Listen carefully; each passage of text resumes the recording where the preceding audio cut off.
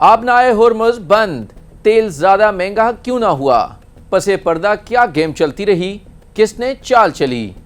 जंग के दौरान कौन सा तीसरा मुल्क कामयाब रहा? मशरिक़ वस्ता में जंग छिड़ती है, आबनाए हुर्मुज़ बंद हो जाता है, दुनिया को खदशा होता है। मशरिक़ वस्ता से आने वाले 13 मिलियन बैरल योमिया तेल की सप्लाई मुतासर हो जाएगी। हर तरफ एक ही खौफ, तेल की कीमतें आसमान पर जाएंगी, आलमी मईशत हिल जाएगी, शायद महंगाई बढ़ जाए, नौकरियां खत्म हो जाएंगी, रिसेशन आ जाएगा। लेकिन फिर एक मुल्क ने ऐसा कदम उठाया जिसने पूरी कहानी का रुख बदल दिया। वो मुल्क कौन है जिसने सबको बचा लिया? ऐसा कारनामा अंजाम दिया कि जंग के बावजूद हैरत अंगेज तौर पर तेल की कीमतें वैसे नहीं बढ़ीं जैसे तवक्को की जा रही थी। आज की वीडियो में हम आपके सामने मुस्तकबिल की सुपर पावर की बेहतरीन हिकमत अमली पेश करेंगे। तो चलें इस गेम को समझने की कोशिश करते हैं। नाज़रीन, अमेरिका और इसराइल के ईरान पर हमलों के बाद आबनाए हुर्मुज़ बंद हो गई, जिसके बाद सब डरने लगे कि अब पेट्रोल महंगा होगा। पेट्रोल महंगा होगा तो फिर सब कुछ तहस नहस हो जाएगा, दुनिया का मौशी निज़ाम बिगड़ जाएगा। मगर फिर एंट्री हुई चीन की, जिसने सबको एक बहरान से बचा लिया। मगर सवाल तो ये है कि ऐसा कैसे किया? तो हुआ कुछ यूं कि चीन ने तेल खरीदना बढ़ाने के बजाय अपनी ऑयल डिमांड ही तोड़ दी। अप्रैल से जून के दरमियान चीन ने क्रूड ऑयल इंपोर्ट में तकरीबन 40% कमी कर दी। हैरत अंगेज तौर पर तेल की कीमतें वैसे नहीं फटी जैसे तवक्को की जा रही थी। अब सबके जहनों में यही है कि आखिर चीन ने ये कैसे किया? क्या इसके पास इतने बड़े ऑयल रिजर्व थे कि वो दुनिया की कमी पूरी कर सके? क्या इसने अपनी ट्रांसपोर्ट बंद कर दी, या फिर चीन ने पहले ही ऐसा एनर्जी सिस्टम बना लिया था जो जंग के दौरान भी अपनी मईशत को बचा सकता था? चलें पूरी कहानी खोलते हैं।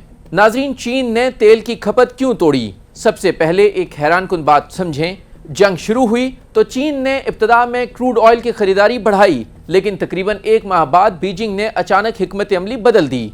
अप्रैल से जून तक क्रूड ऑयल इंपोर्ट तकरीबन 40% कम कर दिए। ये कोई मामूली कमी नहीं थी। चीन ने आलमी मार्केट में तेल की कीमतों को ऊपर जाने से रोकने में एक तरह का शॉक एब्जॉर्बर यानी झटका बर्दाश्त करने वाला किरदार अदा किया। मशरिक़ वस्ता से सप्लाई में बड़ा झटका आया, मगर चीन ने अपनी डिमांड को एडजस्ट किया कि आलमी मार्केट इस झटके को जज़्ब कर सकी। यहाँ से चीन की असल ताकत सामने आती है, क्योंकि चाइना ने अपनी सप्लाई को नहीं बल्कि अपनी डिमांड को मैनेज किया। यानी बीजिंग ने यह कोशिश की कि इसकी मईशत को चलाने के लिए जितनी एनर्जी चाहिए, इसमें से ऑयल पर इन्हिसार को कम किया जाए। लेकिन ये कैसे मुमकिन हुआ? इसके पीछे 3 बड़े हथियार थे, जिनमें पहला हथियार इलेक्ट्रिक व्हीकल्स थी। जी, चीन ने मुश्किल वक्त में सड़कों पर इलेक्ट्रिकल व्हीकल्स का सैलाब खड़ा कर दिया। चीन में फरोख्त होने वाली गाड़ियों में आधे से ज्यादा इलेक्ट्रिक गाड़ियां हैं, जबकि ट्रक भी तकरीबन 1/4 इलेक्ट्रिक है। इसका मतलब लाखों गाड़ियां ऐसी हैं जिन्हें चलाने के लिए गैसोलीन या डीजल की जरूरत ही नहीं। नाजरीन, ये फर्क जंग के वक्त अचानक सामने आया, क्योंकि अगर ट्रांसपोर्ट सिस्टम पहले ही तेल से कुछ हद तक आजाद हो तो ऑयल सप्लाई में आने वाला झटका पूरी इकोनॉमी को इतनी आसानी से नहीं हिलाता। लेकिन चीन ने सिर्फ गाड़ियों पर इन्हिसार नहीं किया, इसने अपना दूसरा हथियार भी इस्तेमाल किया, जो पहले वाले से भी कहीं ज्यादा ताकतवर था। वो दूसरा हथियार था रिफाइंड फ्यूल एक्सपोर्ट पर वार। जब रिफाइनरीज कम चली तो क्रूड ऑयल की डिमांड भी कम हो गई। यानी बीजिंग ने एक तीर से 2 शिकार किए। कहानी यहाँ ही खत्म नहीं हुई, एक और कदम भी उठाया। मुमकिन तौर पर अपने डोमेस्टिक मईशत में भी रिफाइंड प्रोडक्ट्स की डिमांड कम की। यानी डिस्ट्रक्शन सिर्फ एक सेक्टर में ही नहीं हुई, डिमांड को मुख्तलिफ सतहों पर मैनेज किया गया। लेकिन असल राज शायद यहाँ है। अब हम पहुंचते हैं चीन के उस हथियार तक जिसने इसे बहरान के दौरान इतनी लचक दी, स्ट्रेटेजिक ऑयल रिजर्व्स। आबनाए हुर्मुज़ बंद होने के बाद चीन ने अपने प्री वॉर स्टॉक पाइल से तेल निकालना शुरू किया। ये ज़खायर मामूली नहीं थे।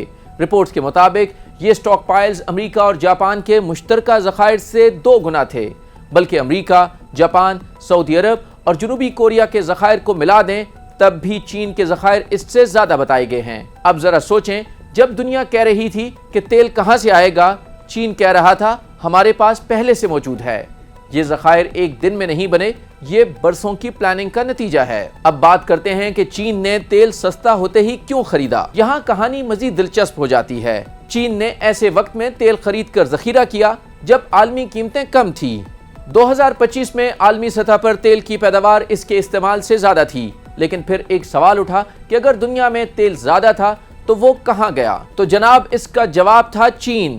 جی ہاں، چین نے وہ تیل امپورٹ کیا اور اپنی سٹوریج میں ڈال دیا۔ جب کروڈ آئل کی قیمت تقریباً $60 فی بیرل کے قریب آئی، چین نے بڑے خریدار کے طور پر مارکیٹ میں داخل ہو کر یوں چین نے صرف تیل استعمال نہیں کیا بلکہ اپنا اسٹریٹجک ایسٹ بنا لیا۔ چین دنیا کا سب سے بڑا خالص تیل درآمد کرنے والا ملک ہے اور ساتھ ہی دنیا کے سب سے بڑے ملکی سطح کے تیل ذخیرہ کرنے والے نظاموں میں ایک اہم حیثیت رکھتا ہے۔ اس امتزاج نے چین کو ایسی اثر اندازی دے دی ہے جو کبھی صرف تیل پیدا کرنے والے ممالک کے پاس تھی، جیسے سعودی عرب کے پاس سمجھی جاتی تھی۔ اب تصویر بدل رہی ہے۔ چین دنیا کی تیل کی پیداوار کو کنٹرول نہیں کرتا، لیکن اپنی تیل کی طلب اور ذخائر پر اسے غیر معمولی حد تک کنٹرول حاصل ہے، اور یہی فرق جنگ کے دوران بہت اہم بن گیا۔ آپ کو ایک اور اہم بات بھی بتائیں کہ آخر چین اتنا تیل رکھ کہاں رہا ہے؟ اس کا جواب یہ ہے کہ چین بھر میں بڑے ذخیرہ کرنے کے مراکز موجود ہیں، خصوصاً ساحلی علاقوں میں جہاں تیل صاف کرنے کے کارخانے بھی واقع ہیں۔ اب تیل کو زیر زمین غار نما ذخیرہ گاہوں میں بھی محفوظ کیا جا رہا ہے۔ یعنی چین صرف تیل جمع نہیں کر رہا، وہ ایک ایسا پورا توانائی کا بنیادی ڈھانچہ تیار کر رہا ہے جو کسی بھی بحران کے وقت اسے سانس لینے کی مہلت دے سکتا ہے۔ پھر یہی ذخیرہ اس وقت استعمال ہوا جب مشرق وسطیٰ سے تیل کی ترسیل میں بڑا جھٹکا آیا۔ 1,30,00,000 بیرل روزانہ سے مشرق وسطیٰ سے ہونے والی تیل کی برآمدات میں کمی کے باوجود عالمی معیشت نے اس بڑے جھٹکے کو جذب کر لیا۔ اب ذرا سوچیں، دنیا میں جنگ ہو، تیل کی رسد کو بڑا دھچکا لگے اور چین کے پاس کئی مہینوں کا تیل پہلے سے محفوظ موجود ہو، تو کیا چین کو باقی دنیا کی طرح فوراً گھبرا کر عالمی منڈی سے تیل خریدنا پڑے گا؟ جواب ہے کہ ضروری نہیں۔ یہی وہ مقام ہے جہاں چین ایک عام تیل درآمد کرنے والے ملک سے آگے بڑھ کر عالمی تیل کی منڈی پر اثر انداز ہونے والا ایک اہم کھلاڑی بننے لگتا ہے۔ اب واپس آتے ہیں اس سوال پر جس سے ہم نے آغاز کیا تھا کہ کیا چین واقعی ایک تیل کا قلعہ بن چکا ہے؟ شاید اس پوری کہانی کا سب سے بڑا سبق یہ ہے کہ چین نے صرف تیل ذخیرہ نہیں کیا، اس نے اپنی تیل کی طلب پر قابو رکھنے کا سبق سیکھ لیا ہے۔